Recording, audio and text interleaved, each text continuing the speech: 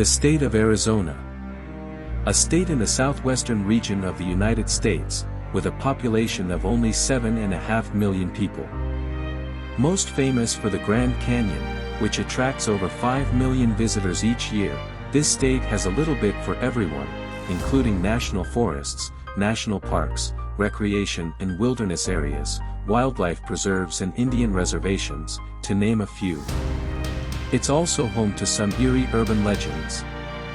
Join us, as we look at 5 urban legends from the state of Arizona.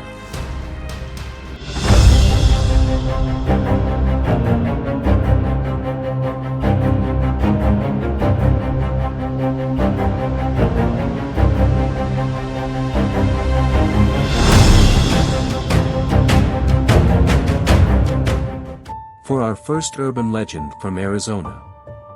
Mogollon Monster.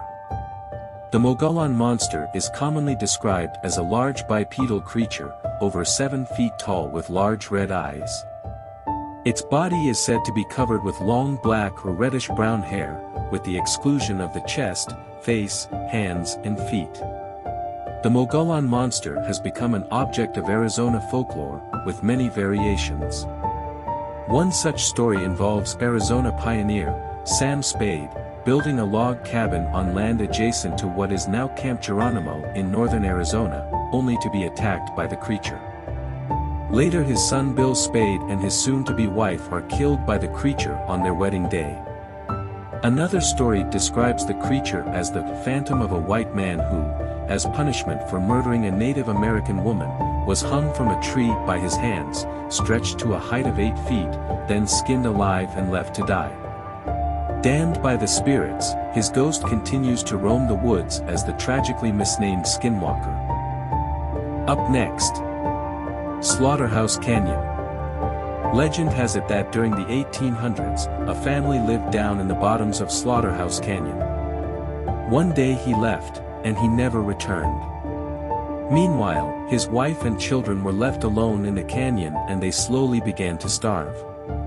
As with any canyon, if you yell loud enough, the echo will eventually make its way right back to you, and as the family began to wither away, their screams of starvation would circulate all around the canyon. Eventually, as the legend goes, the mother couldn't bear to hear her children's painful screams, and so she murdered them and then took her own life. Visitors to Slaughterhouse Canyon have reported feeling the anguish that still permeates the air. And on evenings and nights when the air is still and thick, it's reported that you can hear the screams of the kids and of the mother as she made the tragic decision to end their suffering. Next up. Skinwalkers. In Navajo culture, a skinwalker is a type of harmful witch who has the ability to turn into, possess, or disguise themselves as an animal. The Navajo believe there are places where the powers of both good and evil are present, and those powers can be harnessed for either. Medicine men utilize these powers to heal and aid members of their communities. At the same time, those who practice Navajo witchcraft seek to direct the spiritual forces to cause harm or misfortune to others. This type of Navajo witchcraft is known as the witchery way, which uses human corpses in various ways, such as tools from the bones and concoctions that are used to curse, harm, or kill intended victims. The skinwalkers can also take possession of the bodies of human victims if a person locks eyes with them.